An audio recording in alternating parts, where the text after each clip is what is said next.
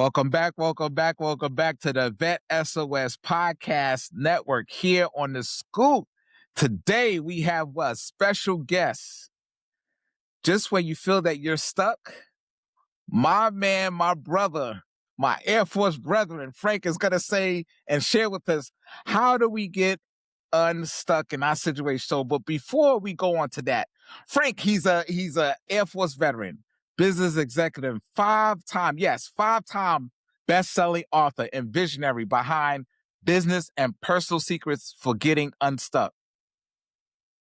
With a storied career that spans leadership and Fortune 50 companies, successful entrepreneurship, and author of multiple transformative books, Frank's bring unmatched energy, empathy, and insight into individuals and businesses can recover from life tough pivots. Today, Frank helps leaders, teams, and veterans define their next chapter with clarity and resilience. Welcome to the Scoop, Frank. How you doing today, boss? It's a pleasure. Always a pleasure to talk to you.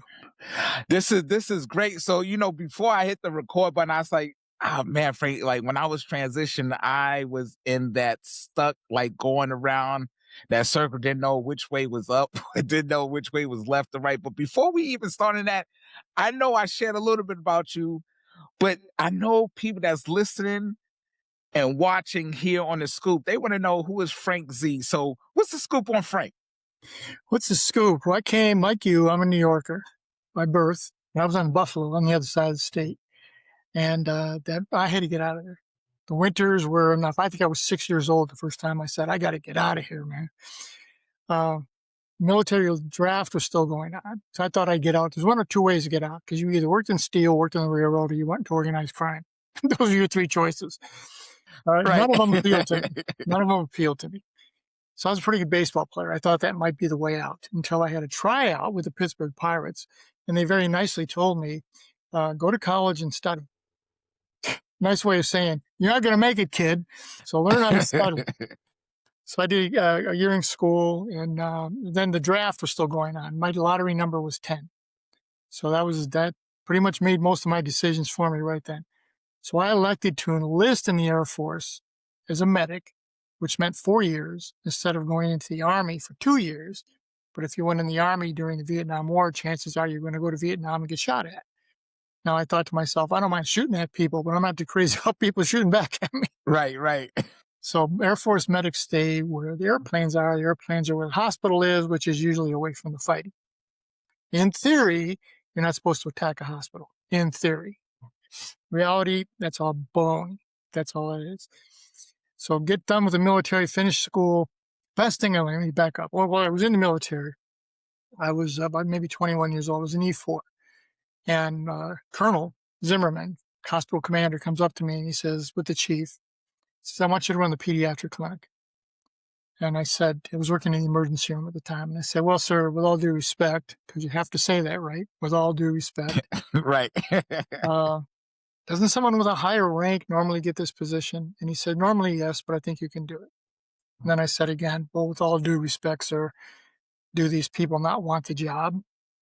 And he started to laugh. And he said, well, that too, but I think you can do the job. Now, the job was 90 sick children a day, plus their parents, plus the head of pediatrics, the doctor, who was not the easiest man in the world to deal with. So nobody wanted this job. And then he says, oh, and you had no staff.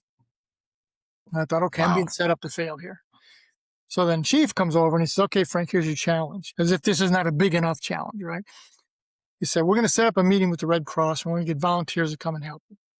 Okay? Now, here's what you got to do, Frank. Volunteers don't have to show up. They don't have to give you a reason. They don't have to come back. So what you're going to have to do is tell them why we do what we do, and how you're going to help them. So at all of maybe 21 years of age, I had to learn how to collaborate, put plans together, put process together, delegate, follow up, etc. All those things that they don't teach you that in basic training, right? So I get out of the military, I start finish my degree, go into the tech sector, and I get into a marketing sales role. And they said, look, you're a little bit older because you've been in the military. we want you to run this program. We want to get into big state government contracts. Okay, well, the company I worked for only made equipment. Government contracts are bids. You have to have a solution. So we have no solution. So I had to go out, like I did in the Air Force, and find database people, networking people, different types of people with different type of skill set that could provide the solution for the deal. And we put together two basic teams. We called one group Bird Dogs, for lack of a better name, because one of the guys was a hunter.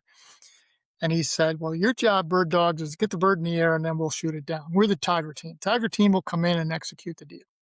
Okay, so I did very, very well. So what I learned in the military has stayed with me my entire professional life. And that has been something that I've used over and over and over again, is putting people in the right place to make them give them the best opportunities to succeed. That was the magic that came out into what it was I did. I left the major corporations and I did turnarounds of failing companies. The first one, they don't tell you the fail. When you leave a big corporate world, all the data is public. So the first company brings me on board. They lie to you because they're not publicly traded, so you can't see the financials.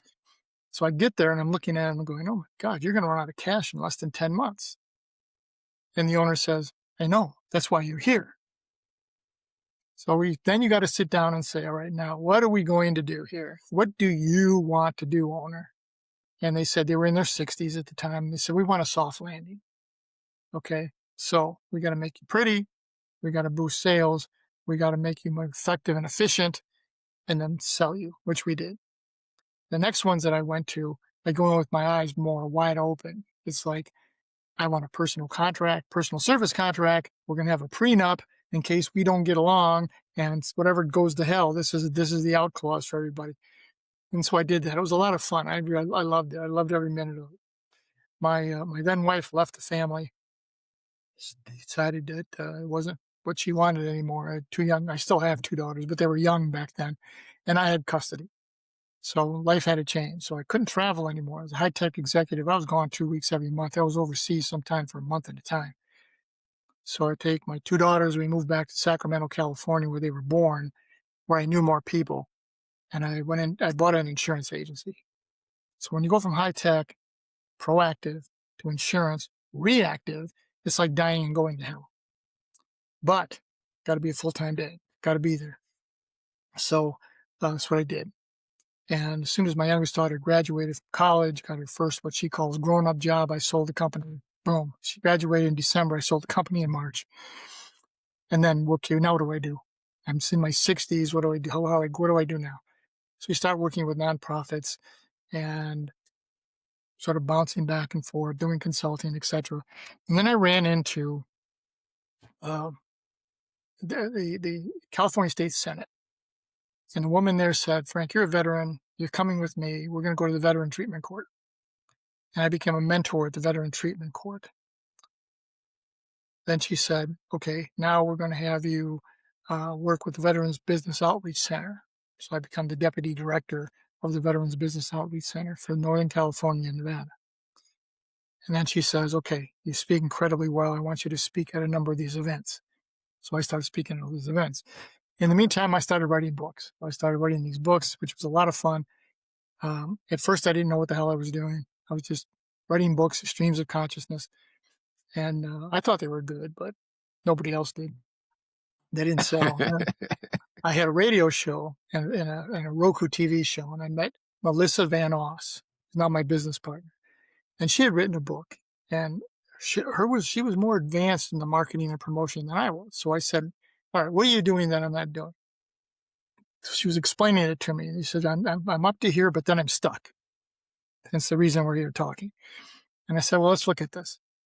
What if we did this and we productize this and fine tune it? And let's test it on ourselves first. So we had our own books. We put our own books in there. They both went to #1. They both won awards. And we said, okay, we might have something here. So we started to offer this to other authors. And in the last 3 years, we've had 17 books go to #1. 8 of them have won awards. 3 more are nominated for awards this year. We should hear pretty soon. So that's the thumbnail maybe the long thumbnail sketch of who I am, where I am, what I'm doing. The veteran side, extremely important. I use a lot of what I learned in the military throughout everything. And one of the biggest issues is transitioning veterans. Spend a lot of time with transitioning veterans. And as you mentioned before we went on the air, we're stuck. Come out of the military. Well, in the military, you know your job, you know Right. your role. You everything's laid out, Right. right? If something comes up, you know what the chain of command is, and it's not all black and white, but there's processes. You get out of the military, that's all gone. You don't know who you are, what you're supposed to be doing. There is no chain of command anymore, and Right. everything is gray. It's not black and white, it's gray. I remember talking to a colonel who had gotten out. Yeah, he was in charge of the Black Hawk helicopter squadron command, whatever the Army calls, whatever that is. All right, so that was his role when he got out. He comes out and gets a job as a consultant like every other colonel general. Right. And he's talking to me and he says, Frank, I don't know how you do this. How do you do this in the business world? And I said, what do you mean? He goes, well, I'm giving orders all the time and nobody's doing anything. And I said, Yeah, well, it's Colonel, different. with all due respect, Colonel, you're not a colonel It's anymore, different. Yeah. and nobody gives a Right. damn about your orders. And there is no black and white. It's all gray. So what are you going to do to make their life better, easier? That's what it's all about now once you get out of the military and finding that niche. The biggest problem I found with a lot of veterans is, and we mentioned it before we went on the air, you were a chief. You had personnel responsibility. You were in charge of millions and millions of dollars of equipment. You had command experience. And so many military people get out. We have all this knowledge and this experience, but they look at their job description doesn't say that. So we'll get you an entry-level position, which is insulting, number one. Right. And you don't know what it is or where it is you're going to fit in with this organization. And it's just tough. It's a very difficult thing. And then most veterans, what I did, I know I did it, is we don't ask for help. I'll figure it out. That's what they told us to do. Figure it out. Figure it out. Yep. Right? So while you're figuring it out, you're digging yourself deeper and deeper into a hole because the rules have changed. They're not the same rules anymore. Right. Plus, you're going through all the trauma that you went through and whatever he was in the military. And I was a Vietnam era veteran, so you have we didn't call PTSD then. PTSD didn't exist. It didn't exist, right? That's just the way how it was. Yep. Yes, you were battle fatigued, you were weak, you were shell shocked, whatever, right? So upon dealing with all of that, and then trying to go on your own. Now, one of the books I wrote about business secrets from the battlefield to the boardroom was with veterans. And the whole veteran, Patricia Stetzel said, the worst thing you can say as a veteran or trying to be a business owner is, I can do it myself. You can't. You cannot do it yourself. Right. You have to find and reach out and ask for help, which is very difficult for a veteran to do. Very difficult to do. But once you do it, people will help you, particularly other veterans. I've never met a veteran who would not help another one. Right. Ever. Now, you might not take their advice, but right. they will be willing to help you. Yes. Help you move on and find your way. Okay, and there's so many organizations that help you with this. Now, the thing I discovered with the Veteran Treatment Court was these guys have committed a crime, but it's not a heinous crime. Usually it was something stupid, drunk driving or something stupid, right? So as you start meeting with them, they're stuck. And as you said earlier, they're stuck in their head. Right. The neural pathways in your brain have been set up so that you follow these patterns. You almost live in autopilot. Yes. Oh, yes. And when I was writing this book about getting unstuck, I interviewed some neuroscientists, right? And one of them explained the neural pathways, and basically those are roads that you follow. Something happens, you go down this road automatically when you think about it. One of them said to me, Frank, your brain processes 11 million details per second through your senses. 11 million a second. And he said, wow. Now, how many do you consciously act upon? So I said, I don't know, maybe half. And he said, So 50. one. 50. Wow. So once you're walking down the street, you see somebody, you make a pulse, a bunch of serious judgment. They're wearing this. They must be doing this. They're going here. Look at their clothes. Look Mm. at their hair. All those things are going through your mind. So you're creating judgment already. So all these biases that you have, this is with your neural pathways. Now, trying to change a neural pathway can be done, but it's difficult. And you have to concentrate on it. And this is what I found with the veteran treatment court, dealing with these guys who are having massive PTSD. Massive PTSD.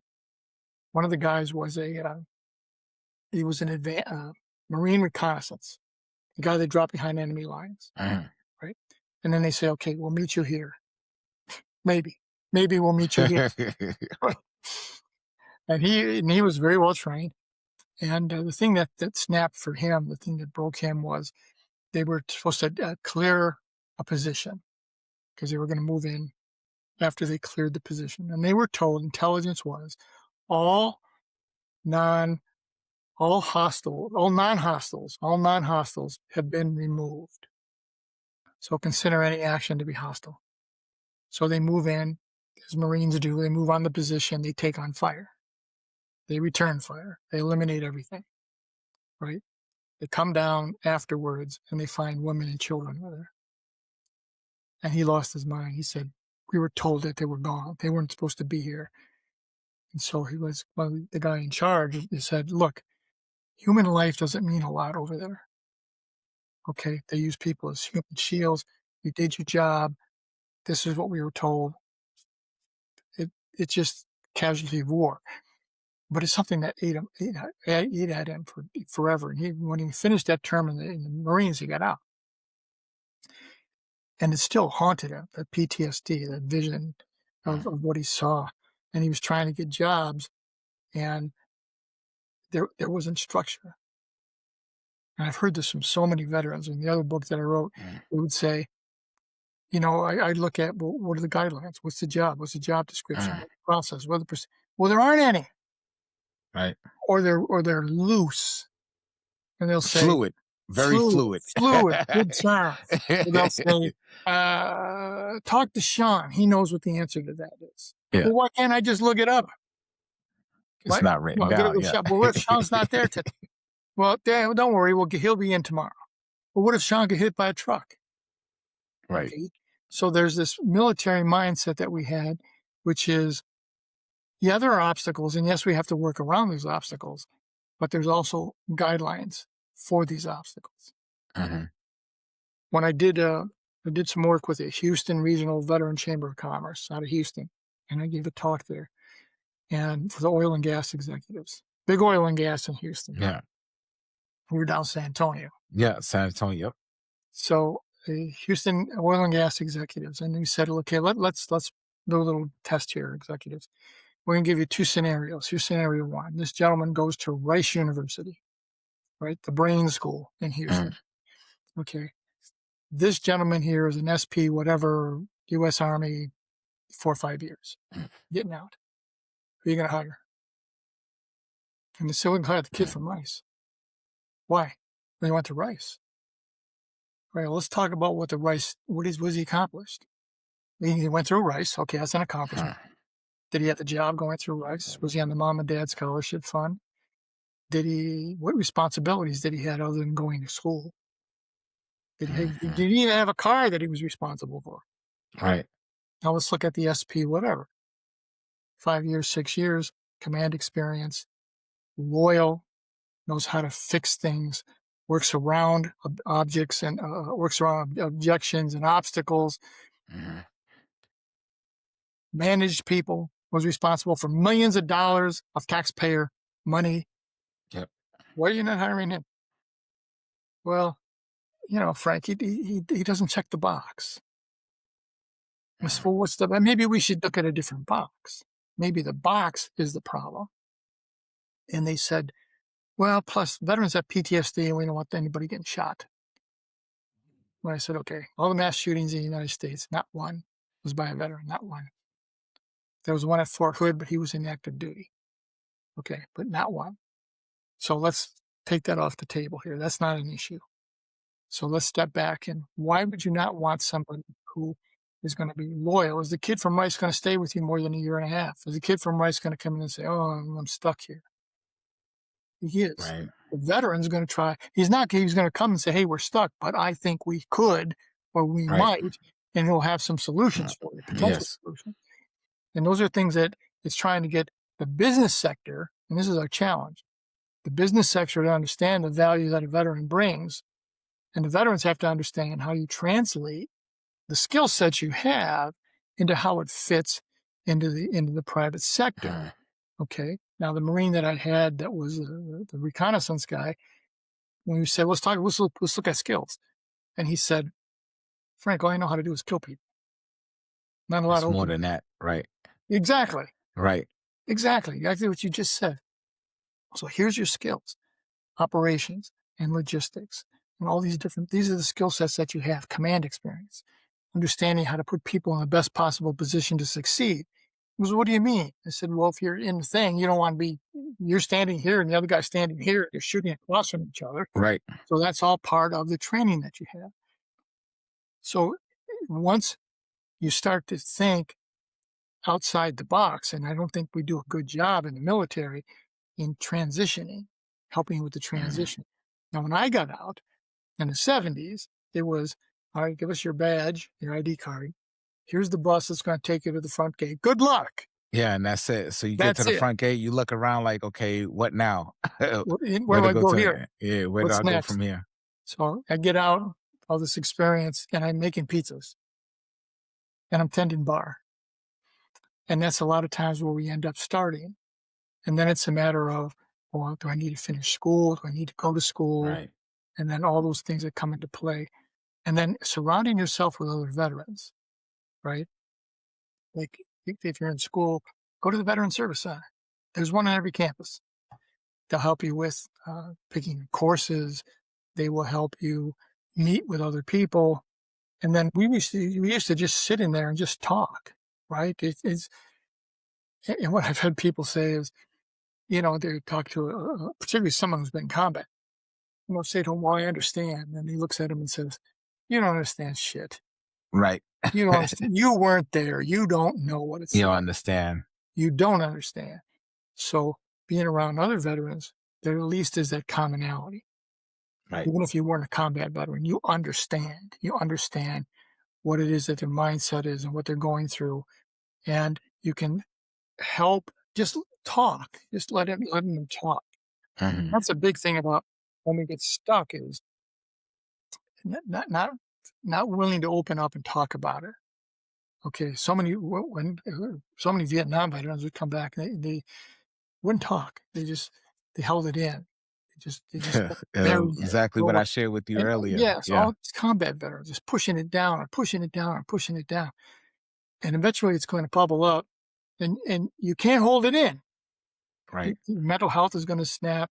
That's why we have so much suicide in the veteran community, so many mental health issues and related issues. And it's by having to reach out and just say, Mhm. "Look, I can't do this on my own."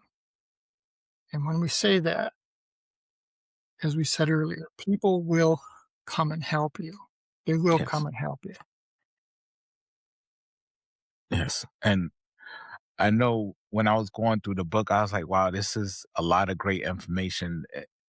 Definitely, if I would have had it when I was, at the beginning of my transition, it would have probably put me on a different path. I tell people I would rather go back and do the same path I did because I would not be here talking to you.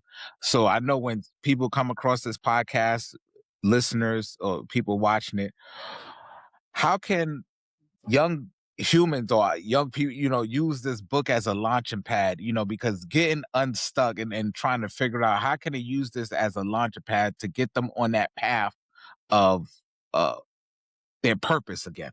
Yeah, exactly.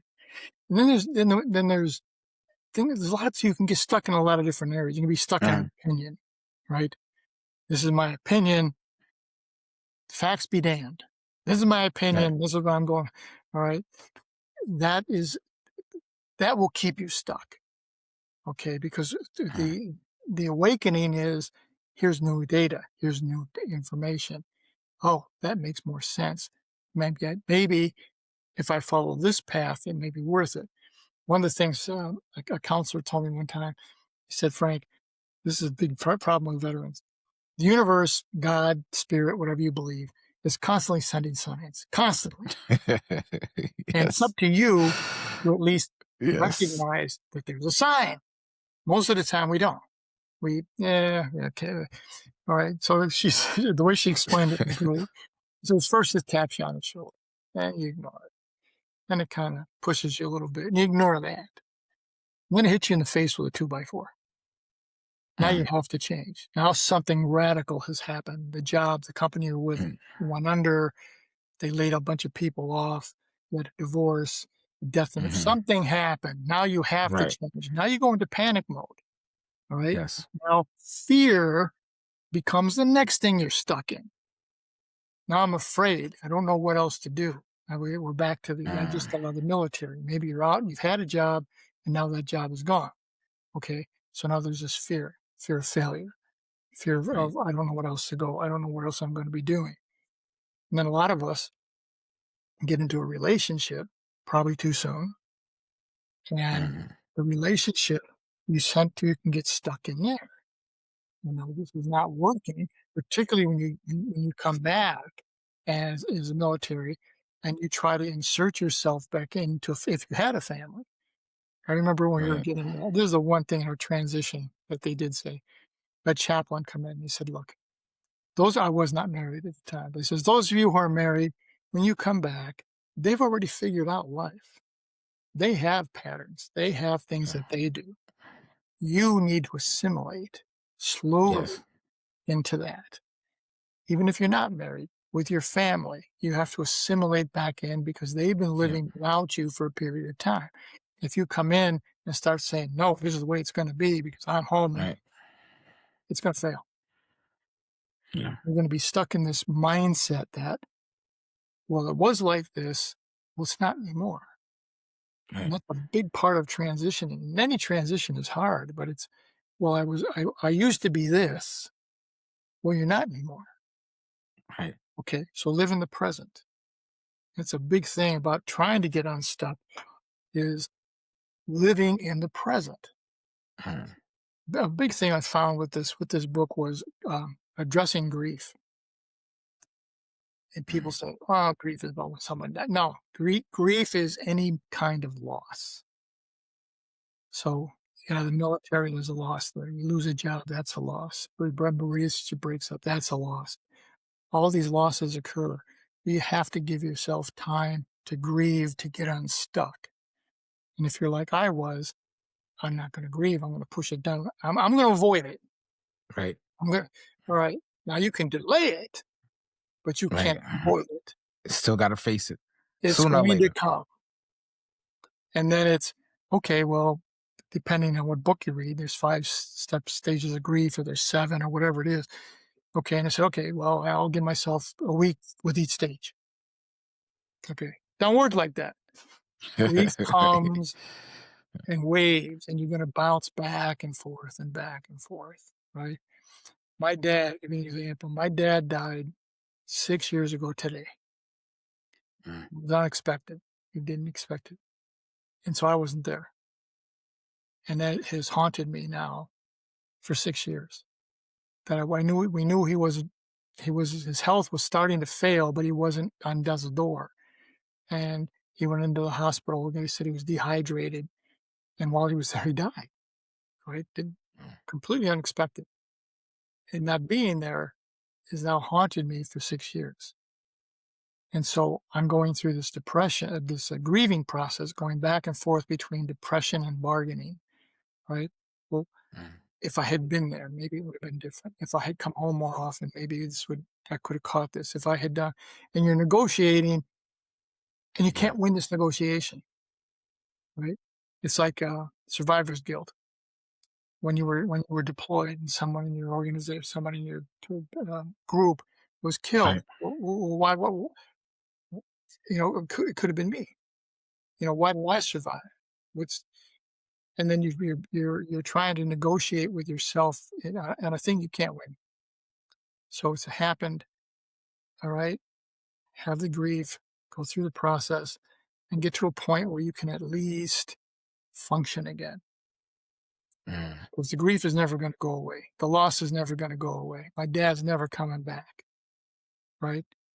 But I can at least deal with life on a daily basis, right? One of the best examples someone said to me was, the grief doesn't go away because the love doesn't go away. Even though somebody Gotcha. in a relation, the love doesn't go away. We also Wow. have a big problem with depression, right? As veterans. So things aren't going well. We don't know where to turn. There's depression. Depression brings misery. One of the books I wrote, I sat in at in a rehab center, and they had a veteran who was going through rehab, who'd been through it, and he was talking about, um, while we're in rehab, it's easy because we got help. People are giving us meals. There's counselors here. It's when we get out. It says that misery is waiting outside the door. Mm. And misery comes in first as a friend, but it never offers any help. And misery doesn't want you to get out. It's like the Godfather. Just when I think I'm out, it pulls me back And in. pulls you back in. And that's what occurs, is it's going to pull you back in. And this, one of the things like this veteran had said was, he's going on and talking, and some of the people that are listening, first off, they're bored, like they're there because they have to be, it's court ordered. And he said, look, even when we're boarding in people, I'm so sick and tired of listening to you. I'll never forget his answer. He said, no, I'm not a born again. I'm not a man of God. I'm not a man of science. What I know is what I was doing wasn't working. So I put my trust and faith in the universe or the spirit or something bigger than me. And maybe things will be better because they can't get much worse. Right? It's coming to that realization that choice, not chance, determines our destiny in life. Right? And a lot of veterans, we don't think we have a choice. There's always a choice. There's always an option. Yeah. And I know what I shared with you earlier is that when I had to make that transition, right, from the military to the private sector, and what's the best way to pivot without starting from scratch? Because I could remember I shared, I was like, well, they say, hey, you can't be in your same profession, so you have to choose something else. So I didn't want to start from scratch, right? So I was like, well, one of my buddies said, hey, have you thought about cybersecurity? It's like, being in law enforcement, but for the internet. Like, so I looked into that, right?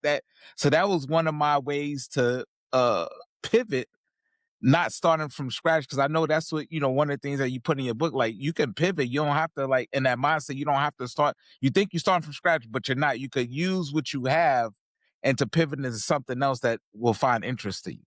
Exactly. It's a matter of working with somebody again, because you can't do this alone. Mm. Because that gentleman gave you the opportunity or gave you the idea. Right. So it's how does what I know how to do, how does it fit over here? And how can I make this Gotcha. apply? And how can I make this work? And then the intangibles come in. When I was going back to that thing where the guy at Rice University with Mm. the oil and gas people, I said to them, so I'm going to give you an example here, guys. Dr. Angela Duckworth wrote a book on grit, Grit, grit. Mm. Dr. Duckworth was hired by West Point, and West Point said, we're having a outrageously, I don't remember the number, but it was an outrageously high dropout failure ratio, usually after the first summer, right? And they said, we start recruiting the best of the best of the best. In 8th grade, they're targeting kids in 8th grade. Oh. So we were following them. So we got the captain of the football team, the valedictorian, the prom king, all the guy that, okay, way up here. And they come in, but they've never been challenged. Life was easy for them. And now they get in a challenging situation, and their sense of self-worth is, hey, I'm the best of the best. And now you're not. In basic training, you're not even close to the best. I don't care what. Right. All right. And they couldn't deal with it. And so they were having this high dropout rate. So Dr. Duckworth goes in and she says, you need to be looking for grinders, people who've had to face obstacles, people who've had not had everything come easy to them, that they had to struggle while they were in school, that they weren't the captain of the football team, that they weren't the prom king. They Right. didn't date the head cheerleader. Those are the people who are going to dig in and work because they've had to. And after a couple of recruitment cycles, their dropout rate improved Drop. dramatically. Right. Just dramatically, how much better it was. Okay. So when I look at the oil and gas people and said, that's who you want. You don't want the kid that had the silver spoon in his mouth his whole life because he's never faced adversity. You look at a veteran, we've faced adversity. And I've talked to a number of them and say, look, what you've had to go through, how you had to change the way things were done because budgets got cut, or because staffing wasn't there anymore, or because the equipment wasn't going to come for whatever reason. Okay, you had to be like Radar of O'Reilly from MASH. You had to find a way to get it done, and you did. You found Right. now, and everybody wants that. Everybody wants that employee. It's just a matter of using what you did in the military and showing it how it applies. And believe it or not, it's worse for officers. The higher the ranking officer, the more they think that they should be in a command and control position. You're not going, Right. unless you start the company, you're not going to Right. get that job. Right. Right. Now, when you come in, there are people that have been there for a while and they're watching. So then it's just a matter of you putting in the time, the energy, and the effort. Veterans get promoted faster than most any other organization, any other group, because they know how to work and they're not afraid of it, and they're going to find ways to get things done. So there's this promotion process that goes up. Veterans are more successful as entrepreneurs once they finally realize that they can't do it themselves. Right. And they reach out and they get help, right? Because veterans are going to stay the course and going to continue to grind and focus on getting things done. And that's all part of getting unstuck is getting past that unconscious bias in your brain that, well, I can't do that, or I don't have that skill. Or when you look at it, it's job descriptions drive me crazy. When I work with companies and they say, well, you look at my job description, I'm reading this stuff, and I go, half of this doesn't apply. Why is this here? Well, because it's a nice to have. Okay, well, nice to have. So what? You're eliminating a number of people. Veterans tend to do this. Is they'll see a job description, and if they don't hit every single one of the points, they don't apply. Yeah. I had to learn that not to do that. Exactly. Yeah. Exactly. If there's 10 things and I've got 6, I'll learn the other 4. Right. And that's the beauty of what a veteran does. Women do the same thing. Is when they apply, if they don't hit every single one of the categories, a lot of them won't apply for the position. And then it's a matter of coming in and showing, I can do this. Here's the value that I bring. And then looking forward, here's where I want to go. As a veteran, you chart whatever course it is that you have and you lay it out yourself, right? I've had people say, well, I'm here and I want to go over here. And I said, well, it's not a straight line. It's not a linear line. Zigzag. Constantly. Yeah. You're up and you're down and all this other stuff. And I said, well, I look at this guy. When I go down to him, well, I look at this guy, look how successful he is. He's like an overnight success. Well, first off, there's no such thing as an overnight success. Yeah. And secondly, you see the top of the iceberg. You don't see the everything. hours and the time and the work and the failures that he went through to get to that point. All right. And here's the other thing I'll say to people is, in the military, if you make a mistake and you're in combat and you make a mistake, somebody might die. Right. In the outside world, if you make a mistake, nobody's going to die. Yeah. Wow. That's Frank. I tell you, when I was, going through, and usually when I go through a reading a book, I try to highlight like certain words or a passage that resonates with me. And I shared my story. So here's some of the things I highlighted from the book is, and let me know if this, from the story I shared with you, my journey through life. And I said, if I would have had this book earlier, but now I understand because I'm coming across it now to where I'm reflecting. I was reflecting when I was going through the book. So some of the things I highlight was, you said you don't need permission to begin again. Exactly. I thought about that. I was like, wow. And then I started to replay everything in my mind, what I went through. And wow, I didn't need to be, because I thought I needed permission to start over again. Another thing that you said in the book was being stuck isn't failure. It's a signal for to reinvent yourself. Exactly. Exactly. Getting stuck is inevitable. Everybody gets Mm, stuck. Staying stuck is a choice. yes. Exactly. Once you realize, all right, now I'm stuck. Why am I stuck? Am I stuck because I don't, I'm past this job? All Hmm. right. One of the things people have said to me about burnout, I said, well, burnout is simply life telling you where the situation you're in has run its course. Time to do something else. Exactly. And most of us say, we internalize it and we'll say, well, what's wrong with me? That's the wrong Mm, question. The question is, what's next for me? So if I'm stuck, is it because I'm happy here? I've exceeded the job. Uh, there's my interests have changed. I want to try something new. That's the what's next for me part. Instead mm. of before, I mean, when I was coming up, it was a badge of honor to fight through burnout. I'm sticking it out and I'm miserable, but I'm going to stay with it.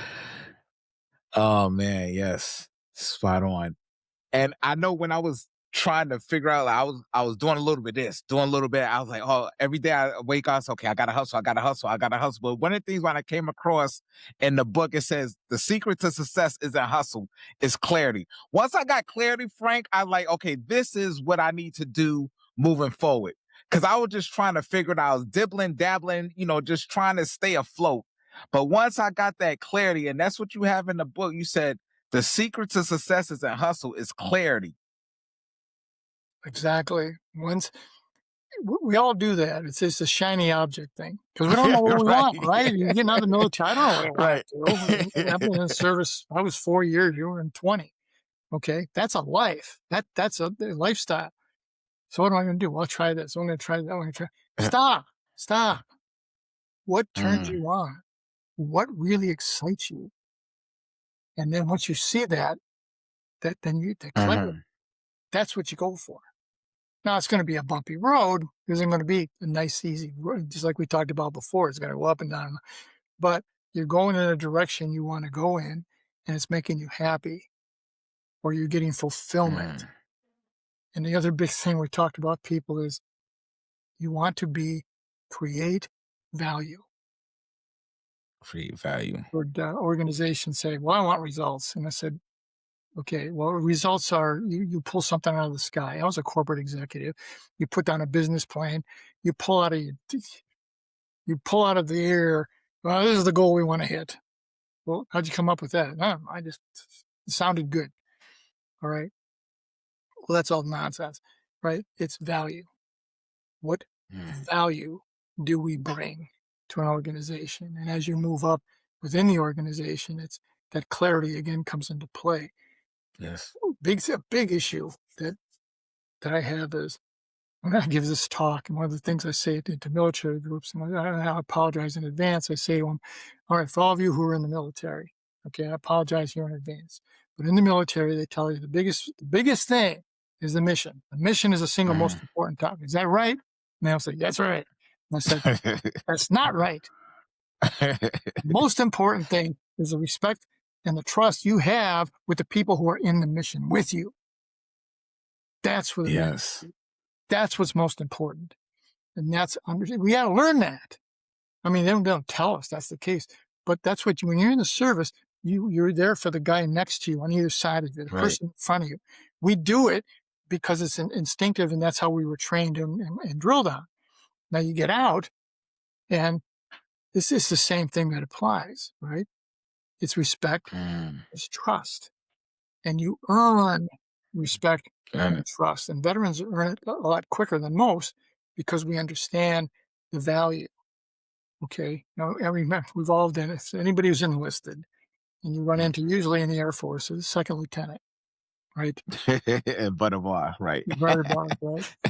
Second lieutenant, a lot of them are OTC. You know, they can't even spell Air Force, but they got their thing and they think they're hot shit, right? Yeah. And they're going to, this is the way it's going to be. Okay, yeah, right.